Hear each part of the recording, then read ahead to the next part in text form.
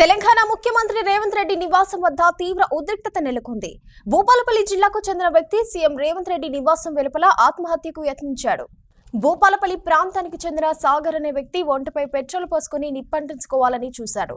అయితే రేవంత్ రెడ్డి నివాసం వద్ద ఉన్న పోలీసులు వెంటనే స్పందించి అతనిని ఆత్మహత్య చేసుకోకుండా అడ్డుకున్నారు.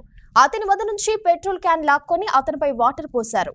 అనంతరం అతన్ని ఆటోలో ఎక్కించి అక్కడి నుంచి తరలించారు.